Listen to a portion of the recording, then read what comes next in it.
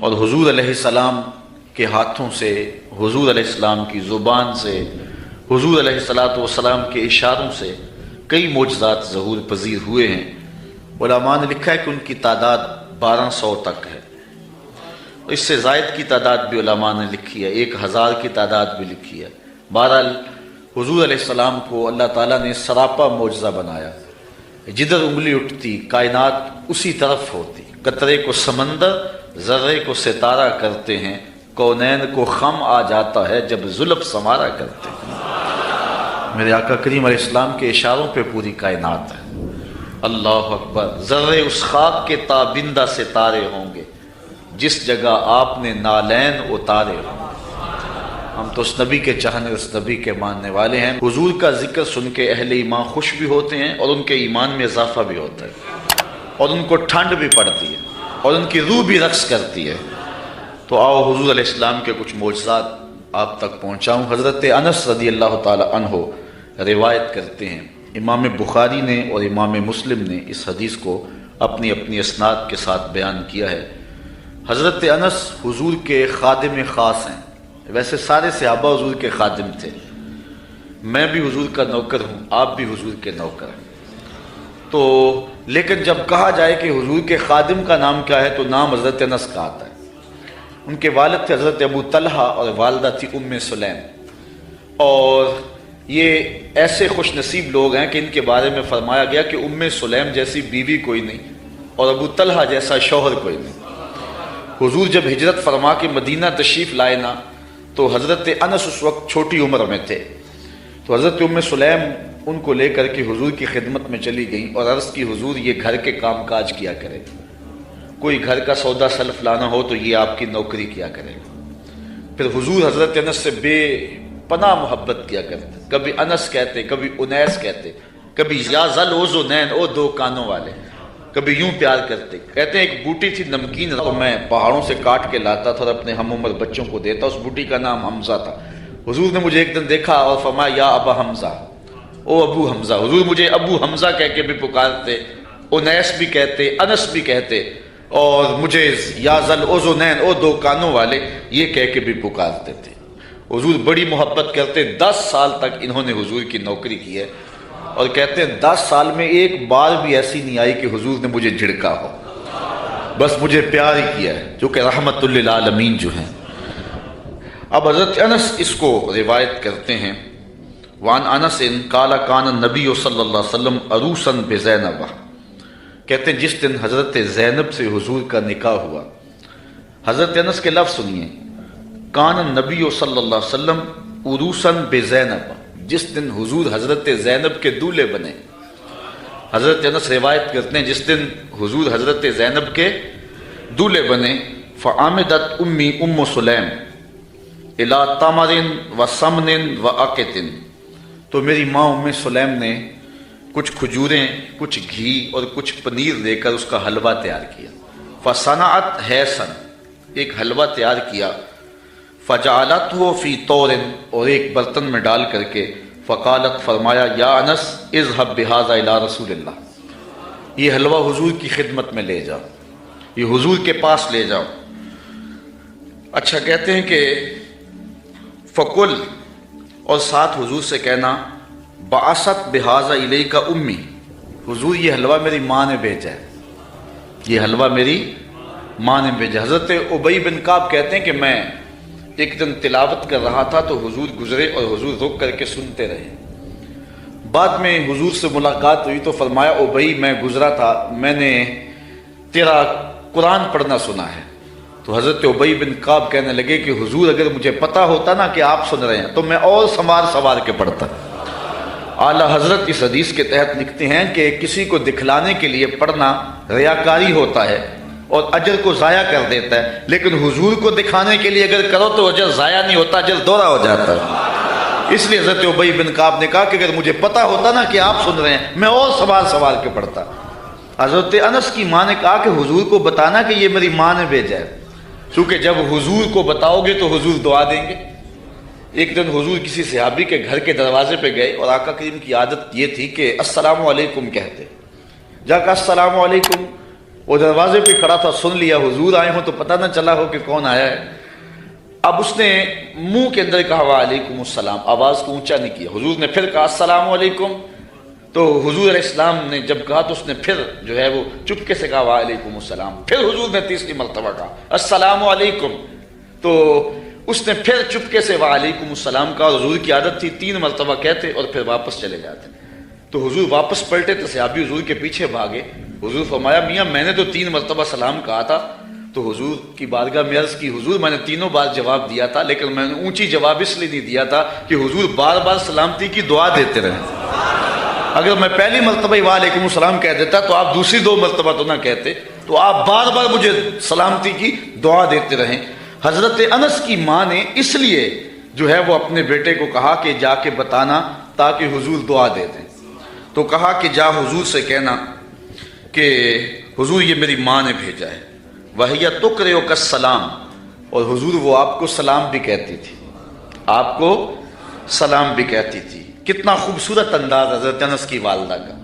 ہمارے یہاں ایک ساتھی ہیں، میں عمرے پہ حاضر ہوا تو میں ایئرپورٹ پہ تھا تو انہوں نے اپنی والدہ سے میری بات کروائی، تو بڑے لوگوں نے کہا وہاں حضور علیہ السلام کی بارگاہ میں ہمارا سلام پیش کرنا، لیکن اماں جی کا انداز اتنا میٹھا تھا اور اتنا پیارا تھا تو مجھے فون پہ کہنے لگے جا کے سرکار نے میرا سلام علیکم دے دینا۔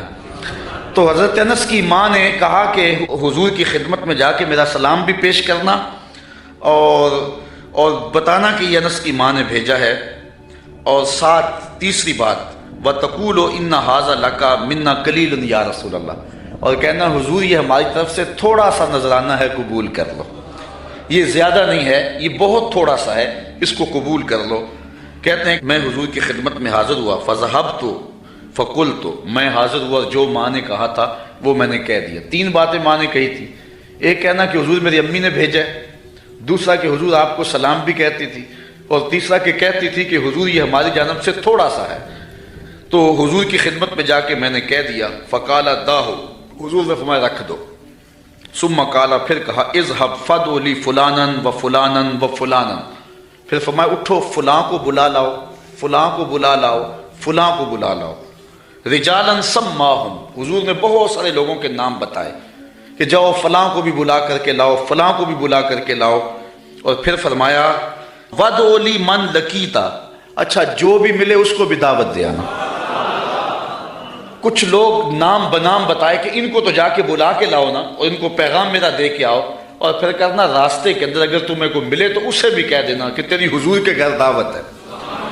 اچھا حضرت انس رضی اللہ تعالیٰ عنہ فرماتے ہیں کہ میں چلا، فدعوت من سما ومن لقیت، جو حضور نے نام بتائے تھے میں نے جا کے ان کو بھی کہا، اور جو راستے میں ملا میں نے اسے بھی کہا، اور میاں تجھے حضور بلا رہے ہیں، حضور کے گھر میں تیری دعوت ہے۔ فرجعت فائز البیت غاص باہلہ، کہتے جب میں واپس پلٹا نا تو حضور کا ویڑا لوگوں کے ہجوم سے بھرا ہوا تھا۔ یار کوئی منسٹر دعوت دے کہ بیٹے کی شادی ہے آنا تو لوگ پھولے نہیں سماتے، بتاتے پھرتے آج میں بڑا مصروف ہوں، میاں آج کیا ہے؟ جی آج میں نے شادی پہ جانا ہے۔ یار جس کو منسٹر بلائے، جس کو MP اور MN بلائے، وہ تو خوشی سے پھولا نہ سمائے کہ آج فلاں گھر میری دعوت ہے، پھر ان کی خوشی کا عالم کیا ہوگا جن کی دعوت محمد عربی کے گھر میں تھی۔ تو کہتے جب واپس پلٹا تو گھر بھرا ہوا تھا لوگوں سے۔ اچھا تابعی نے جس نے حضرت انس سے روایت سنی اس نے کہا فقلت لانس، میں نے انس سے کہا، قیل لانس، حضرت انس سے کہا گیا اعدادکم کم کان، کہ لوگ تھے کتنے، جن لوگوں سے گھر بھرا ہوا تھا ان کی تعداد کوئی اندازہ ہے؟ حضرت انس کہنے لگے 300 کے قریب ہوں گے لوگ۔ میں ایسے گیا اور ایسے پلٹ کے آ گیا، اور جب واپس آیا تو 300 لوگوں سے حضور کا گھر بھرا ہوا تھا۔ اب آقا کریم علیہ السلام نے فرمایا، حضرت انس کہتے ہیں فرأیت النبی صلی اللہ علیہ وسلم وضع یدہ علی تلک الحیضہ، کہ حضور نے اپنا دست برکت اس پیالے پہ رکھ دیا، اس حلوے پر اپنا دست شفا، دست نور، دست برکت، دست رحمت اس پیالے پر رکھ دیا، اور وَتَكَلَّمَ بِمَا شَاءَ اللَّهُ، اور جو اللہ نے چاہا وہ حضور نے پڑھا، ہاتھ رکھا، کھانے کو سامنے رکھا، اور پھر جو اللہ نے چاہا حضور نے وہ تلاوت کی۔ اللہ اکبر۔ اب کوئی ضد کرتا ہے کہ میں سامنے کھانا نہیں رکھنا تو نہ رکھے، اس کی مرضی، لیکن حدیث یہی ہے کہ حضور علیہ السلام نے سامنے رکھا، ہاتھ بھی رکھا اور جو اللہ نے چاہا پڑھا بھی حضور نے۔ اچھا پھر اس کے بعد کیا کیا؟ ثم جعل یدعو عشرۃ عشرۃ یاکلون منہ، فرمایا 10 آتے جاؤ، 10 آتے جاؤ، 10 لوگ آتے گئے۔ وَيَقُولُ، اور حضور علیہ السلام ان کو فرماتے تھے، لہم ان کو، اذکر اسم اللہ ولیاکل کل رجل مما یلیہ، کہ ہر شخص اللہ کا نام لیتا جائے اور اپنے سامنے سے کھاتا جائے۔ قال فاکلوا حتی شبعوا، کہتے ہیں کہ لوگ کھا گئے حتیٰ کہ رج گئے۔ فخرجت طائفۃ ودخلت طائفہ، ایک گروہ جاتا دوسرا آ جاتا۔ حتی اکلوا کلہم، یہاں تک کہ سب نے ایک پیالے سے کھانا کھا لیا۔ قال لی یا انس ارفع، حضور نے مجھے کہا انس، جب سب لوگ کھا چکے تو حضور فرمایا انس پیالہ اٹھا لو، یہ برتن اٹھا لو۔ فرفعت، کہتے ہیں میں نے وہ برتن اٹھا لیا۔ اب آگے حضرت انس کی سنیے، کہتے ہیں فما ادری ہینا وضعت اکثر ام ہینا رفعت، حضرت انس کہتے ہیں میں فیصلہ نہیں کر سکتا کہ جب میں نے پیالہ رکھا تھا حلوہ اس وقت زیادہ تھا یا جب اٹھایا تھا اس وقت زیادہ تھا۔ حضور علیہ السلام کا ایک اور معجزہ سنیے۔ حضرت ابو ہریرہ رضی اللہ تعالیٰ عنہ روایت کرتے ہیں، ہمارے ادھر ایک مولوی صاحب ہوا کرتے تھے، سیدھے سادھے بھولے بالے، درس نظامی تو نہیں پڑھے تھے لیکن حضور کے ساتھ پیار بڑا رکھتے تھے، اللہ ان کی مغفرت فرمایا، فوت ہو چکے ہیں۔ تو کسی نے ان سے پوچھا کہ حضرت ابو ہریرہ کو ابو ہریرہ کیوں کہتے ہیں، حضرت ابو ہریرہ کو ابو ہریرہ کیوں کہتے ہیں؟ تو انہوں نے جواب دیا، کہنے لگے کہ ابو ہریرہ کو ابو ہریرہ اس لیے کہتے ہیں کہ وہ ہر ویلے حضور کے پاس رہتے تھے۔ ابو ہریرہ کو ابو ہریرہ اس لیے کہتے ہیں کہ وہ ہر ویلے حضور کے پاس رہتے۔ اس کا سبب تو اور ہے لیکن چلو آج یہی ترجمہ کر لیتے ہیں کہ حضرت ابو ہریرہ ہر ویلے حضور کے پاس ہی رہتے تھے اور ان کے مقدر کہ وہ حضور کے پاس رہتے تھے۔ اچھا، حضرت ابو ہریرہ رضی اللہ تعالی عنہ اصحاب صفہ میں سے ہیں، اسلام کی پہلی یونیورسٹی صفہ اس کے طالب علم ہیں، اور حضور سے بلا تعین اوقات انہوں نے پڑھا ہے، اور آقا کریم نے ان کے سینے کے اندر علم کوٹ کوٹ کے بھر دیا۔ کہتے ہیں میں بہت کچھ سنتا تھا بھول جاتا تھا، پھر ایک نے عرض کی انی اسمع منک حدیثا کثیرا، بہت کچھ سنتا ہوں لیکن یاد نہیں رہتی۔ فرمایا ابسط ردا کا یا ابا ہریرہ، چادر بچھا لو۔ پھر چادر بچھی تو حضور نے یوں کو شے ڈال دی، فرمایا سمیٹو اور سینے سے لگاؤ۔ کہتے ہیں سینے سے لگایا پھر بھول نہیں سکا۔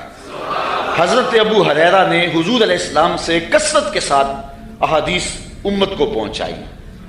اصحاب صفہ میں تھے، کوئی شخص خدمت کر جاتا، کوئی گھر میں چیز کسی نے تیار کی دے جاتا، کھا لیتے، بھوک بھی کاٹتے۔ کہتے ایک دن ایسا تھا کہ اتنی بھوک لگی کہ کھانے کے لیے کچھ نہ تھا اور میری کمر بھی سیدھی نہیں ہو رہی تھی۔ میں مسجد نبوی کے ایسے زاویے میں جا کے بیٹھ گیا جہاں لوگوں کا گزر ہوتا تھا۔ میرا خیال یہ تھا کوئی گزرتا گزرتا مجھے دیکھے گا اور میرے چہرے پر بھوک اور پیاس کے آثار دیکھے گا تو کوئی میری ضیافت کرے گا اور میری کمر سیدھی ہو جائے گی، لیکن جو بھی آتا سلام لے کے گزر جاتا، کسی نے اس پہ غور نہ کیا۔ خیر حضرت عمر رضی اللہ تعالیٰ عنہ آئے تو میں نے ان سے قرآن مجید کی کسی آیت کے بارے میں پوچھا۔ میرا خیال تھا کہ یہ آیت بھی بتائیں گے اور ساتھ میرے سے ہم کلام بھی ہوں گے اور میرے اندر کی کیفیت جان جائیں گے۔ انہوں نے مجھے آیت بتائی اور جلدی سے چلے گئے۔ میں پھر پریشان، پھر حضرت ابو بکر صدیق رضی اللہ تعالیٰ عنہ آئے، میں نے ان سے بھی کوئی مسئلہ شرعی پوچھا، انہوں نے مسئلہ بتایا اور چلے گئے۔ میں دل میں سوچا کہ میرا مسئلہ تو حل نہ ہوا۔ کہا پھر میں بیٹھا تھا کہ دل و قلب و نگاہ کا مرشد اولین آ گئے، حضور آ گئے۔ میں نے حضور سے بھی کوئی مسئلہ پوچھا، حضور نے میری جانب غور سے دیکھا اور پھر مسکرا پڑے اور کہا ابو ہریرہ بھوک لگی ہوئی ہے؟ میں نے عرض کی حضور مجھے بھوک لگی ہوئی ہے۔ فرمایا میرے پیچھے آ جاؤ۔ حضور علیہ السلام نے اہل خانہ کو کہا کہ کوئی چیز ہے کھانے کے لیے؟ انہوں نے کہا کسی طرف سے دودھ کا ایک پیالہ آیا ہے۔ کہتے کہ میری جان میں جان آئی، لیکن حضور نے فرمایا ابو ہریرہ جو صفہ پہ بیٹھے ہیں ان کو بھی بلا لاؤ۔ صرف ابو ہریرہ رضی اللہ تعالی عنہ سے ہی پیار نہیں ہے، جو باقی خادم ہیں ان سے بھی پیار ہے۔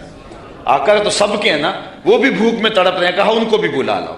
کہتے ہیں میں گیا ان کو بلا لایا، پھر حضور نے مجھے پیالہ دیا اور کہا دائیں سے شروع ہو جاؤ۔ میں اس پیالے کو پیش کیا اور ایک شخص سیراب ہو کے پی جاتا ہے، میں نے غور کیا تو ایک قطرہ بھی کم نہیں ہوا تھا۔ مجھے تسلی ہو گئی، میں نے دوسرے کو دیا، تیسرے کو دیا، 70 آدمی دودھ پی گئے اور پیالے میں کمی واقعہ لگتا یہ تھا اللہ نے اس دودھ کا تعلق حوض کوثر کی نہر سے جوڑ دیا تھا۔ کہتے ہیں 70 آدمی دودھ پی گئے۔ پھر حضور فرمایا ابو ہریرہ کون باقی؟ میں نے عرض کی حضور ایک آپ باقی ایک میں باقی۔ تو حضور نے فرمایا ابو ہریرہ پیو، کہتے ہیں میں نے پیا۔ فرمایا اور پیو، میں نے اور پیا۔ پھر فرمایا اور پیو، میں نے کہا مجھے اس رب کی قسم جس نے آپ کو حق کے ساتھ مبعوث کیا ہے، میرے میں تو ایک قطرے کی بھی اب گنجائش باقی نہیں رہی۔ تو حضور علیہ السلام نے میرے ہاتھ سے پیالہ لیا اور نوش جاں کیا۔ اعلیٰ حضرت فرماتے ہیں ہاں جناب ابو ہریرہ کیسا تھا وہ جام شیر؟ ہاں جناب ابو ہریرہ کیسا تھا وہ جام شیر جس سے 70 صاحبوں کا دودھ سے منہ بھر گیا۔ 70 آدمی دودھ کے ایک پیالے کو پی گئے۔ میرے استاذ المکرم قبلہ مفتی حبیب اللہ صاحب رحمۃ اللہ تعالی علیہ فرمایا کرتے تھے کہ ایک پہلو تو یہ ہے کہ دودھ کا ایک پیالہ 70-72 آدمیوں کو کافی ہو گیا۔ ذرا تھوڑا سا ادھر بھی غور کرو کہ 2 جہاں کا سردار ہے، 71 آدمیوں کا جوٹا پی رہا ہے۔ یہ پہلو بھی تمہارے پیش نظر رہنا چاہیے کہ 2 جہاں کا سردار ہو کہ اتنے آدمیوں کا جوٹا پی رہا ہے۔ اللہ اکبر۔ آئیے حضور علیہ الصلوۃ والسلام کہ ایک اور معجزہ کو سنتے ہیں اور اپنے ایمان کو تازہ کرتے ہیں۔ حضرت جابر رضی اللہ تعالی عنہ روایت کرتے ہیں، کہتے ہیں حدیبیہ کے مقام پہ آقا کریم وضو کرنے لگے تو لوگ اکٹھے ہو گئے۔ فرمایا کیا ماجرا ہے؟ عرض کی کہ حضور پانی نہیں ہے، تو اس لیے لوگ جو ہیں وہ پیاس سے تڑپ رہے ہیں۔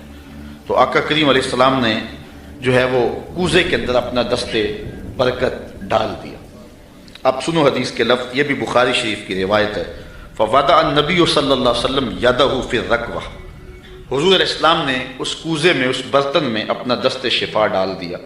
فجعل الماء یفور بین اصابعہ کامثال العیون، حضور کی انگلیوں سے پانی یوں پھوٹتا تھا جس طرح چشمے نکلتے تھے، یوں پانی پھوٹ رہا ہے۔ قال فشربنا وتوضانا، کہا کہ ہم نے پانی پیا بھی اور وضو بھی کیا۔ قیل لجابر کم کنتم، راوی نے حضرت جابر سے بھی پوچھا کتنے کو لوگ تھے تم؟ قال لو کنا 100 الف لکفانا، کہا لاکھ بھی ہوتے تو کافی تھا، لاکھ بھی ہوتے تو کافی تھا۔ کنا 15 100، لیکن ہم تھے جو ہیں وہ 1500، لیکن اگر وہ لاکھ بھی ہوتے تو وہ پانی کم نہ پڑتا۔ یہاں اعلیٰ حضرت کا اسلوب پھر دیکھیے، آپ فرماتے انگلیاں ہیں فیض پر، ٹوٹے ہیں پیاسے جھوم کر۔ انگلیاں ہیں فیض پر، ٹوٹے ہیں پیاسے جھوم کر، ندیاں پنجاب رحمت کی ہیں جاری واہ واہ، ندیاں پنجاب رحمت کی ہیں جاری واہ واہ۔ حضرت انس روایت کرتے ہیں، قال نعن نبی صلی اللہ علیہ وسلم زیدن و جعفرن و ابن رواحہ للناس قبل ان یاتیہم خبرہم، جنگ موتا پر حضرت نبی رحمت صلی اللہ علیہ وسلم نے صحابہ کو روانہ کیا۔ یہ 8 ہجری کو جنگ ہوئی ہے، مسلمانوں کی تعداد صرف 3000 اور ہرکل کے سپاہیوں کی تعداد 1 لاکھ۔ 3000 1 لاکھ کے مقابلے میں آئے۔ شام میں یہ جنگ گمسان کی لڑی جا رہی ہے، جنگ وہاں ہو رہی ہے اور حضور ہیں مدینے میں، اور آقا کریم یہاں بیٹھ کے جنگ کے واقعات سنا رہے ہیں، جنگ کے واقعات سنا رہے ہیں۔ تو حضور نے ارشاد فرمایا کہ اخذ الرایۃ زید فاصیب، فرمایا جھنڈا اب حضرت زید نے پکڑ لیا، جھنڈا لشکر اسلام کا حضرت زید نے پکڑا ہے۔ پھر فرمایا کہ وہ شہید کر دیے گئے۔ ثم اخذ ابن رواحہ فاصیب، پھر فرمایا عبداللہ ابن رواحہ نے پکڑا جھنڈا، پھر فرمایا وہ بھی شہید کر دیے گئے۔ وَعَيْنَاهُ تَذْرِفَانِ، حضور یہ بیان کرتے جا رہے تھے اور آنکھوں سے آنسو ٹپک رہے تھے۔ پھر اس کے بعد حضور نے فرمایا حَتَّى أَخَذَ الرَّایَةَ سَيْفٌ مِّن سَيُوفِ اللَّهِ، یعنی خالد ابن الولید، فرمایا اب اللہ کی تلواروں میں سے ایک تلوار خالد بن ولید نے پکڑ لیا ہے۔ حَتَّى فَتَحَ اللَّهُ عَلَيْهِمْ، یہاں تک کہ اللہ تعالیٰ نے ان کو فتح عطا فرما دی۔ بیٹھے مدینے میں ہیں، نظر کہاں ہے؟ جہاں موتا کی جنگ ہو رہی ہے، یہ شام کے علاقے میں واقعہ ہے۔ حضرت خالد بن ولید کے ہاتھ پر اللہ تعالیٰ نے اسلام کو فتح دی اور 3000 مجاہدوں نے 1 لاکھ کے دانت کٹے کر کے رکھ دیے۔ اور حضرت خالد بن ولید کو سیف اللہ اسی موقع پہ کہا گیا. آپ نے کافروں پر اس جنگ میں 8 تلواریں توڑی تھی. تلوار توڑنا عرب میں بہادری کی علامت تھی. جو تلوار توڑتا اتنے لوگوں کو مارتا کہ اس کی تلوار ٹوٹ جاتی. اس جنگ میں 8 تلواریں توڑی حضرت خالد بن ولید. ساری زندگی حضرت خالد بن ولید کی آرزو رہی کہ میں بھی شہید ہو جاؤں راہ خدا میں، لیکن یہ ان کی آرزو پوری نہ ہو سکی، اس لیے کہ وہ اللہ کی تلوار تھے، اور اللہ کی تلوار کو کون توڑتا. اس لیے حضرت خالد بن ولید رضی اللہ تعالیٰ عنہ ساری زندگی جو ہے وہ کسی جنگ کے اندر بھی نامراد نہیں ہوئے اور ناکام نہیں ہوئے. ایک موقع پر جبلہ بن احم کے مقابلے میں حضرت خالد بن ولید تھے. اس معاملے میں مسلمانوں کی پسپائی ہوئی. حضرت خالد بن ولید کو حضرت رافع بن عمر تائی نے کہا کہ اب ہماری قضا آ گئی. ان کا ایک افسر انہوں نے مارا اور انہوں نے یک بارگی حملہ کر دیا. مسلمانوں کی تعداد تھوڑی تھی. حضرت رافع بن عمر تائی نے کہا کہ اب ہماری موت آ گئی، اب ہماری قضا آ گئی. حضرت خالد بن ولید نے کہا کہ واقعی مجھے بھی یوں ہی لگتا ہے، چونکہ میں کسی جنگ میں ناکام نہیں ہوا اور پسپا نہیں ہوا، لیکن آج ہم پسپا ہو رہے ہیں. اس کی ایک وجہ ہے کہ حضور علیہ السلام کے مبارک بال میرے پاس تھے اور میں ٹوپی میں سیے ہوئے تھے اور ہر جنگ میں میرے ساتھ ہوتے تھے. آج میں ٹوپی گھر بھول آیا اور یہ مصیبت جو ہمارے اوپر پڑی ہے اس لیے کہ میرے پاس آج وہ حضور علیہ السلام کے معجز نما بال جو ہیں آج وہ موجود نہیں ہیں. لیکن بندہ مٹ نہ جائے آقا پہ تو وہ بندہ کیا ہے. بے خبر ہو جو غلاموں سے وہ آقا کیا ہے. دور طیبہ سے جب بھی میں تڑپا کبھی ان کو حالات کی سب خبر ہو گئی. حضور حضرت ابو عبیدہ کو خواب میں ملے اور فرمایا خالد پہ مشکل بنی اور تم یہاں سو رہے ہو. وہ فوراً اٹھے اور اعلان کروا دیا، کہا جلدی تیار ہو جاؤ، حضرت خالد کی مدد کو پہنچنا ہے. راتوں رات لشکر تیار ہوا اور حضرت خالد بن ولید رضی اللہ تعالی عنہ کی مدد کے لیے لشکر چل پڑا. انہوں نے دیکھا کہ ایک نقاب پوش سوار ہے جو لشکر سے ہٹ کر کے چل رہا ہے. امیر لشکر نے کہا کہ ذرا اس شخص کو دیکھو یہ کون ہے، کوئی جاسوس نہ ہو. جب مجاہد اس کے پاس گئے اس نے کہا کہ پیچھے ہٹ جاؤ، میں کوئی غیر نہیں ہوں، میں حضرت خالد بن ولید کی بیوی ہوں. جب حضرت ابو عبیدہ نے اعلان کروایا نا کہ تیار ہو جاؤ کہ خالد پہ مشکل آ گئی ہے، تو میں نے سوچا کہ اللہ کے شیر پہ کبھی مشکل آئی تو تھی نہیں، یہ کیا ہو گیا. تو میں نے غور کیا تو ان کی ٹوپی گھر رہ گئی تھی. تو میں نے ٹوپی لی، میں ان کو ٹوپی دینے جا رہی. لشکر کے ساتھ ساتھ حضرت خالد بن ولید کی اہلیہ بھی چلتی رہی. حضرت خالد بن ولید ادھر محاذ پہ ڈٹے ہوئے. اچانک حضرت خالد بن ولید کیا دیکھتے ہیں کہ ایک جانب سے اللہ اکبر کی آواز آئی اور 5-6 مجاہد ہیں جو دشمن کے لشکر کو پیچھے دھکیل رہے ہیں اور اس میں ایک نقاب پوش مجاہد بھی ہے. حضرت خالد بن ولید نے گھوڑے کو ایڑ لگائی اور جا کے اس کے قریب کھڑے ہو گئے. کہا جوان مجاہد تو کون ہے کہ لشکر کے جو ہے پشتے کاٹ رہا ہے. اس نے تھوڑا سا نقاب سرکا کے کہا انا زوجتو کا ام تمیم، میں تمہاری بیوی ام تمیم ہوں اور تم حضور کے بالوں والی ٹوپی بھول آئے تھے، میں وہ تمہیں دینے آئی ہوں. تو انہوں نے وہ ٹوپی ان کو پیش کی تو اللہ نے اسی دن حضرت خالد بن ولید کو فتح عطا فرمایا. یہ حضور علیہ السلام کے منہ مبارک کا موقع. حضرت سلمان فارسی رضی اللہ تعالی عنہ نے 350 سال زندگی پائی. ایک روایت کے مطابق 250 سال اور دوسری روایت کے مطابق 350 سال زندگی پائی. کہتے ہیں کہ میں ایک پادری کی خدمت کرتا رہا. جب اس کا آخری وقت آیا اس نے مجھے کہا کہ تو نے میری بڑی نوکری کی ہے اور بڑی خدمت کی ہے، تو اب میں جا رہا ہوں، لیکن اب تو چلا جا غموریہ اور وہاں کا ایک راہب ہے جو کتاب اللہ کو صحیح جاننے والا ہے، اس کی خدمت کا تجھے کچھ مل جائے گا. کہتے میں نے اس کی وفات کے بعد تدفین کی اور پھر غموریہ کے اس راہب کے پاس پہنچا. ساری زندگی میں نے اس کی نوکری کی. جب وہ فوت ہونے لگا تو اس نے مجھے کہا کہ اب میں اس دنیا سے جا رہا ہوں، تو نے بہت زیادہ میری خدمت کی، میں تجھے ایک پتے کی بات بتاؤں. اب تو چلا جا مدینے میں، یثرب میں، یہ نبی آخر الزمان کی ہجرت گاہ ہوگا اور وہاں جا کے اس کا انتظار کر، اب وہ آنے والے، ان کے آنے کا وقت بالکل قریب آ گیا۔ کہتے میں نے اس کو کہا کہ مجھے کیسے پتہ چلے گا کہ یہ نبی ہے؟ کوئی شخص بھی تو دعویٰ کر سکتا ہے۔ کہا 3 نشانیاں ہوں گی۔ ایک تو یہ ہے کہ صدقہ قبول نہیں کرے گا، دوسری نشانی ہدیہ قبول کرے گا، تیسرا 2 کندھوں کے درمیان مہر نبوت ہوگی۔ کہتے میں نے وہاں سے رخت سفر باندھا، راستے میں ایک قافلے کو کہا کہ تم مجھے اپنے ساتھ لے جاؤ۔ انہوں نے مجھے تنہا سمجھ کے مجھے گرفتار کر لیا اور مدینے کے قریب آ کے ایک یہودی کے ہاتھوں مجھے فروخت کر دیا۔ میں نے کہا مجھے غلامی بھی قبول ہے، کبھی عرش پر کبھی فرش پر، کبھی ان کے در کبھی در بدر، غم عاشقی تیرا شکریہ میں کہاں کہاں سے گزر گیا۔ کہتے ہیں ایک دن میں اس یہودی کے باغ میں کام کر رہا تھا اور کھجوریں توڑ رہا تھا کہ مدینے کی گلیوں میں طلع البدر علینا کی آوازیں آنے لگی۔ چھلانگ لگائی اور دوڑ لگا دی۔ یہودی نے سمجھا کہ میرا غلام بھاگ گیا، اس نے بھاگ کر کے پکڑ لیا۔ حضرت سلمان فارسی کہنے لگے کہ میاں میرا جسم تیرا ہی غلام ہے لیکن دل کسی اور کا ہے۔ تو پھر میں حضور کی خدمت میں کچھ کھجوریں پیش کی تو فرمایا ہم نبی ہیں، ہم صدقہ نہیں لیا کرتے۔ میں نے کہا حضور صدقہ نہیں ہے، ہدیہ ہے۔ تو حضور نے قبول فرما لیا۔ 2 نشانیاں پوری ہو گئیں، اب تیسری نشانی کا انتظار۔ حضور مہر نبوت کو چھپا کر کے رکھتے تھے، میں طاق میں رہتا تھا۔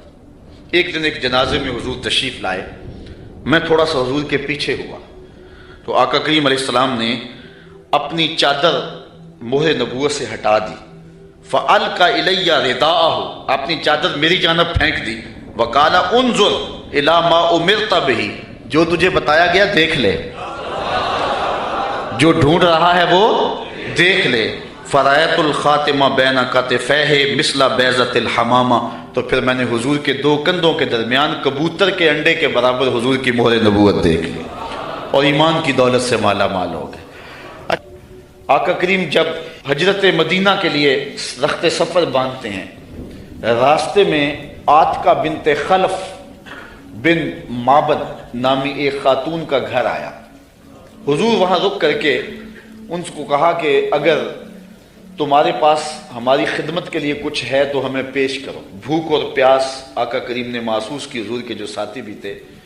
تو اس خاتون نے جس کا نام معبد تھا، اس نے کہا کہ لو کان عندنا شیء ما آوزکم الکرام، ہم دیہاتی لوگ ہیں اور عرب ہیں، ہمارے ہاں مہمان آ جائے تو کوئی کسر نہیں چھوڑتے، لیکن آج اتفاق ایسا ہے کہ ہمارے گھر کچھ ہے نہیں جو آپ کی خدمت کے لیے پیش کریں۔ عرب لوگ مہمان دیکھ کر کے خوش ہوتے ہیں، پھر مہمان بھی اتنے سونے آ جائیں، لیکن بدقسمتی یہ ہے کہ اس وقت ہمارے پاس کچھ ہے نہیں جو آپ کو پیش کر سکے۔ ایک جانب ایک بکری بندھی ہوئی تھی، لاغر اور کمزور سی۔ حضور فرمایا اگر تم کہو تو اس کا دودھ دھو لیں۔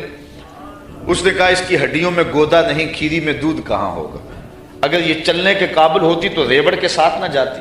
فرمایا اگر تم اجازت دو۔ اس نے کہا مجھے کیا اعتراض ہو سکتا ہے۔ تو حضرت سیدنا صدیق اکبر نے آگے بڑھ کے بکری کو کھولا اور حضور کے سامنے کھڑا کیا۔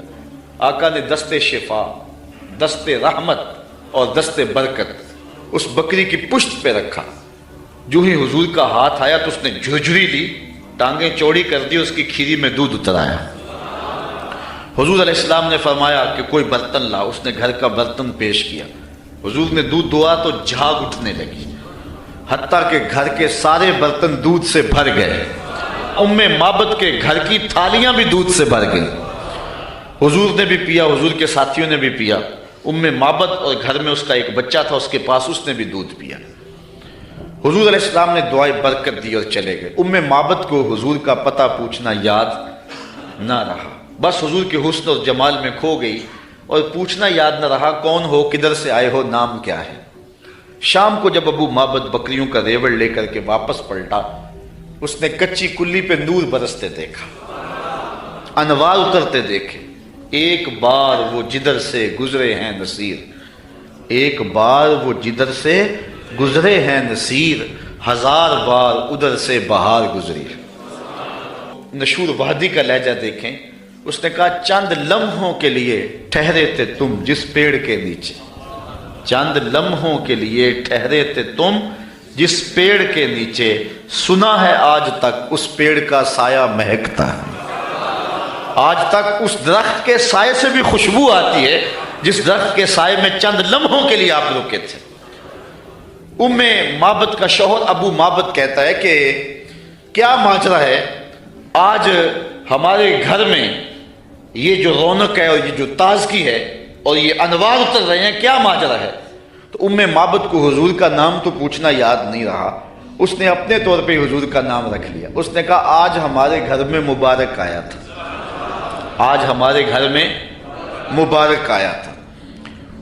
ابو معبد پوچھتا ہے کہ مبارک کیسا تھا جو سارے گھر کو روشن کر گیا، وہ کیسا تھا؟ تو ام معبد تاصف رسول اللہ صلی اللہ علیہ وسلم، ام معبد حضور کا حلیہ بیان کرتی، کہتی ہے فقالت رأیت رجلا ظاہر الوضاء، میں نے ایک ایسا شخص دیکھا ہے کہ جس کا رنگ نکھرا ہوا تھا، جس کا چہرہ چمک رہا تھا۔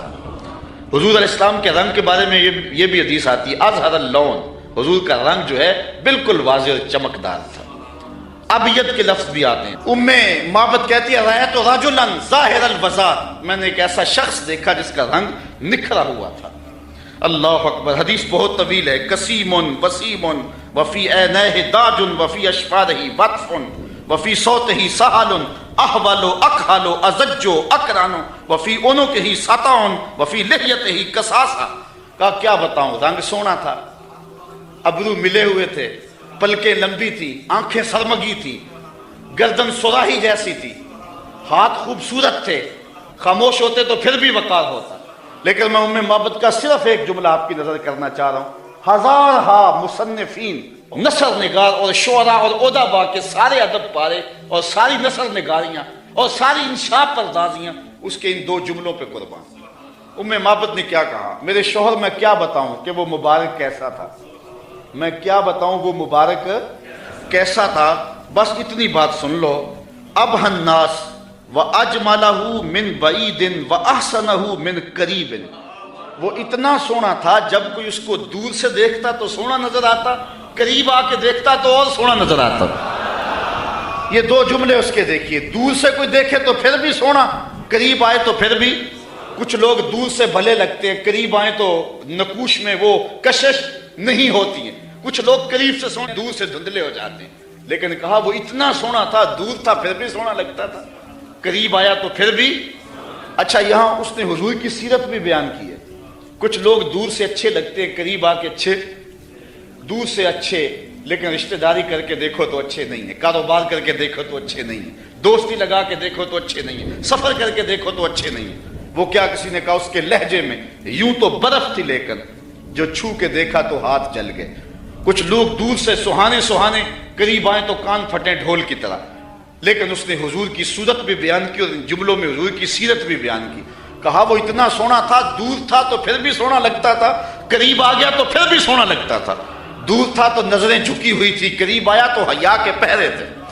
عجیب حسن تھا، عجیب رنگ تھا، دور سے بھی سونا لگتا تھا، قریب سے بھی سونا لگتا تھا۔ اچھا ایک ترجمہ اس کا میں نے بھی کیا ہے، اگر آپ کا ذوق ہو سلامت۔ اس نے کہا کہ کیا بتاؤں، دور سے بھی سونا اور قریب سے بھی سونا۔ تو میرے ذہن میں اس کا مفہوم ایک یہ بھی آیا ہے، مفہوم وہی ہے لیکن ایک یہ بھی آیا ہے اور آپ اس کی تائید کریں گے، علماء تشریف فرما ہے، شفقت فرمائیں گے۔ تو اس نے کہا کہ میں کیا بتاؤں وہ کتنا سونا تھا، دور تھا تو سونا لگتا تھا، قریب آیا تو اور سونا لگتا تھا۔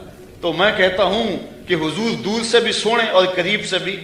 جنہوں نے قریب سے دیکھا نا انہوں نے کہا کل قمر لیلۃ البدر لم ارا قبلہ ولا بعدہ مثلہ، کیا پوچھتے ہو، 14ویں رات کا چمکتا ہوا چاند تھے حضور، حضور جیسا نہ پہلے دیکھا نہ بعد میں دیکھا۔ یہ کس نے کہا؟ حضرت ابو ہریرہ نے، جس نے پاس کھڑے ہو کر کے دیکھا۔ جس نے قریب سے دیکھا اس نے کہا کل قمر لیلۃ البدر، اور جس نے 13 صدیوں کے فاصلے پہ کھڑے ہو کے دیکھا اس نے کہا مکھ چند بدر شاہ شانی، متھے چمک دی لاٹ، کالی زلف تے اکھ مستانی ہے، مخمور رکھی ہند مد بری۔ جس نے قریب کھڑے ہو کے دیکھا اس نے کہا کہ چاند چڑھا ہوا تھا اور حضور لال دھاری دار یمنی چادر اوڑھ کے آرام کر رہے تھے۔ حضرت جابر بن سمرہ کہتے ہیں کبھی اسے دیکھوں کبھی انہیں دیکھوں، فائزہ ہوا اندی احسن من القمر، پھر میں نے فیصلہ کیا نہیں حضور سونے ہیں۔ جس نے قریب سے دیکھا اس نے کہا کہ چاند سے حضور سونے ہیں، اور جو 13 صدیوں کے فاصلے پہ کھڑے ہو کے بریلی سے دیکھتا رہا اس نے کہا خورشید تھا کس زور پر، کیا بھڑ کے چمکا تھا قمر، بے پردہ جب وہ رخ ہوا یہ بھی نہیں وہ بھی نہیں۔ جس نے قریب سے دیکھا اس نے کہا کان رسول اللہ صلی اللہ علیہ وسلم افلج الثنیتین اذا تکلم رویا کالنور یخرج من بین ثنایاہ، کہ حضور کے سامنے والے دانتوں میں ہلکا سا سوراخ تھا اور حضور جب بولتے تھے نور کی کرنیں چھن چھن کے نکلتی تھی۔ یہ حضرت عبداللہ ابن عباس نے کہا جو پاس کھڑے تھے اور جو 14 صدیوں کے فاصلے پہ کھڑا تھا، اس نے کہا تو اجے میرا یار نہیں ڈٹھا، جنوں ویکھ کے چند شرم آوے، ادھی راتی دن چڑھ جاوے، جیو رخ تو نقاب اٹھاوے، تے جیو نکلے سیر کرن نو سارا گلشن سیس نواوے، آتے دھرتی لف لف جاوے، جے ہاتھ پھلاں وچ رکھدا ہاتھ پھلاں تو ود جاوے، نین نشیلے مست رسیلے وچ سونا کجل سہاوے، اکھ اگڑے تے انج پیا جاپے جویں میں خانہ کھل جاوے، تے جے او کھولے پیچ زلف دے اتے راہی راہ پل جاوے، توبہ توبہ حسن سجن دا چال نہ چلی جاوے، بجلی ڈردی لشک نہ مارے متا بے ادبی ہو جاوے، علم خدا نے اینا دتا عقلاں وچ نہ آوے، عقل خدا نے اینی دتی علماں وچ نہ آئے، کیے جاز نظر وچ او دی جو آوے وک جاوے، خلق او دے نے مول ہی دنیا کوئی ورلا ہی جان بچاوے، آزم ایڈا سونا ماہی سنو کدرے نظر نہ آوے۔ جنہوں نے قریب سے دیکھا انہوں نے بھی کہا سونا، جنہوں نے قریب سے دیکھا انہوں نے بھی کہا سونا، اور جنہوں نے دور سے دیکھا انہوں نے بھی کہا سونا۔ جنہوں نے قریب سے دیکھا اس کا نام محمد بن مسلمہ تھا، اس نے کہا اگر ٹیڑھی نظر سے دیکھا نا میرے رسول کو آنکھیں توڑ دوں گا۔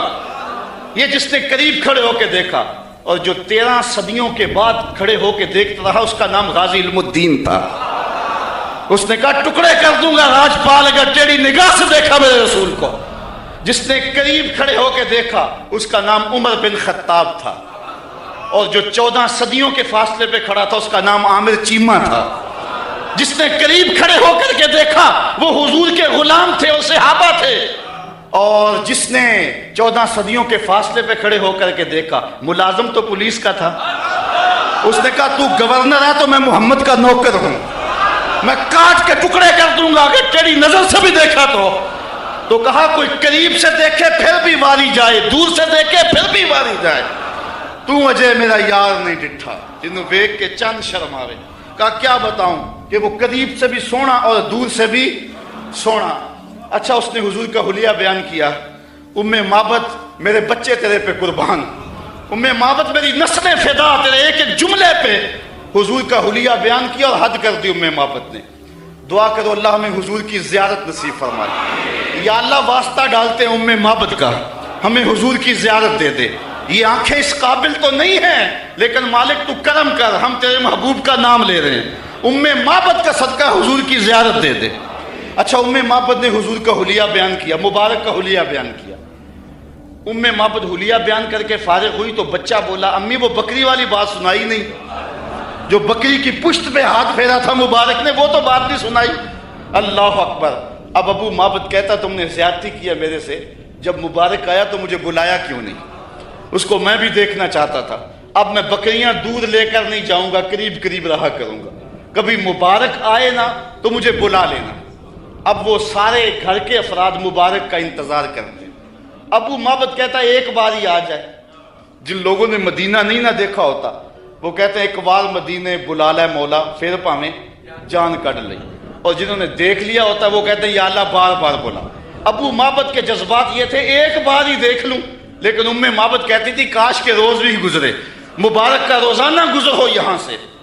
ایک دن ام معبد سودا سلف لینے کے لیے قریبی بستی میں گئی، نہ ملا تو آگے بڑھ گئی، آگے شہر مدینہ میں جا پہنچی، سودا خرید رہی تھی، بچہ بھی ساتھ تھا کہ حضرت ابوبکر صدیق گزرے۔ تو بچے نے جب دیکھا نا تو تڑپنے لگا، اور اس کے لفظوں میں وہ بے ساختگی اور اس کی تڑپ ظاہر ہو رہی ہے۔ اس نے کہا یا امہ ان ھذا الرجل الذی کان مع المبارک، اے امی اس دن جو مبارک کے ساتھ نہیں بندہ تھا یہ جا رہا ہے۔ سودا چھوڑا حضرت ابوبکر صدیق کے پیچھے اور پوچھتے ہیں مبارک کہاں ہے؟ تم تو مل گئے ہو، مبارک کدھر ہے؟ اب نام تو اپنے طور پہ رکھا ہوا تھا۔ حضرت ابو بکر صدیق فرمایا کس مبارک کو ڈھونڈ رہی ہو؟ کہا وہی جس نے بکری کی پشت پہ ہاتھ پھیرا تھا۔ کہا آؤ تمہیں مبارک کے ڈیرے پہ لے چلو۔ حضور صحن مسجد نبوی میں بیٹھے ہوئے تھے۔ جب بچے نے دیکھا تو پھر چیخا اور کہا امی وہ دیکھو مبارک بیٹھا ہوا۔ یہ حضور کے قدموں میں بیٹھ گئی اور برکت لوٹی۔ حضور نے اسلام دیا، انہوں نے قبول کیا، واپس پلٹے، گھر آئے۔ شام کو ابو معبد کے واپس آنے کا جب وقت ہوا نا تو ماں کہتی تھی بیٹے تو خاموش رہنا، میں بتاؤں گی تمہارے باپ کو۔ بیٹا کہتا نہیں امی، مبارک کے ساتھی کو میں نے دیکھا تھا، اس لیے میں نے بتانا ابو کہ ہم مبارک کو دیکھ آئے ہیں۔ شام کو جب ابو معبد آیا نا، یہ دونوں بتانے لگے، وہ پہلے ہی بول پڑا، کہا گھر پھر چمک رہا ہے، مبارک پھر آیا تھا؟ انہوں نے کہا مبارک تو نہیں آیا، ہم اس کا ڈیرا دیکھ آئے ہیں۔ کہا کدھر رہتا ہے؟ کہا جسے دنیا محمد کہتی ہے وہی تو مبارک ہے۔ پھر اگلے دن ابو معبد بھی حضور کے قدموں میں بیٹھا ہوا تھا۔ وہ بکری ام معبد کے پاس عام و رمادہ تک زندہ رہی۔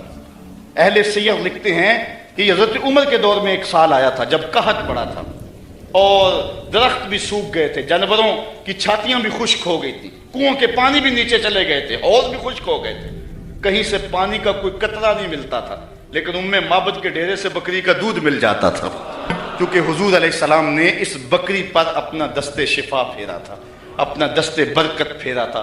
یہ حضور علیہ السلام کے ہاتھ کی اور حضور علیہ السلام کے دست نور کی برکت ہے۔ یہ ہاتھ تو اٹھ جائے تو چاند کے ٹکڑے ہوتے ہیں، یہ ہاتھ اٹھ جائے تو سورج پلٹ کے سر کے وقت پہ آتا ہے۔ اللہ اکبر، یہ جدھر ہاتھ ہو جاتے ہیں ادھر ہی کائنات کا نظام ہوتا ہے۔ اللہ تعالی ہمیں حضور کی محبت نصیب فرمائے۔ یہ عنوان تو ایسا تھا کہ اس کو بیان کرتے رہیں، لیکن میں اسی پر آج کی اس گفتگو کو اختتام پذیر کرتا ہوں اور یہ دعا کرتا ہوں کہ اللہ ہمیں حضور علیہ السلام کے معجزات کا صدقہ میرے ملک کو امن عطا کر، میرے وطن کو امن دے دے۔ الحمدللہ قوم جاگ پڑی ہے، قوم میں شعوری لہر بڑی تیزی کے ساتھ دوڑ رہی ہے، اور قوم اتنی دیر تک قوم نہیں بنتی جب تک حضور کی دہلیز پہ نہیں آتی۔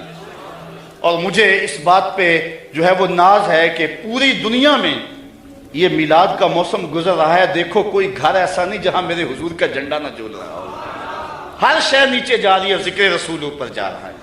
جلوسوں کا جو اہتمام تھا اس وقت، جو انداز تھا، آپ کے شہر کی رونق بھی میں دیکھ کر کے گیا ہوں اور آپ کی محبتیں بھی میں نے دیکھی ہیں، اور پوری دنیا کے اندر جو کیفیات ہیں اس وقت وہ ایک روشن باب ہے اور ایک اجالا ہے۔ اللہ تعالی ہم سب کو حضور کی محبت نصیب فرمائے۔ وآخر دعوانا ان الحمدللہ۔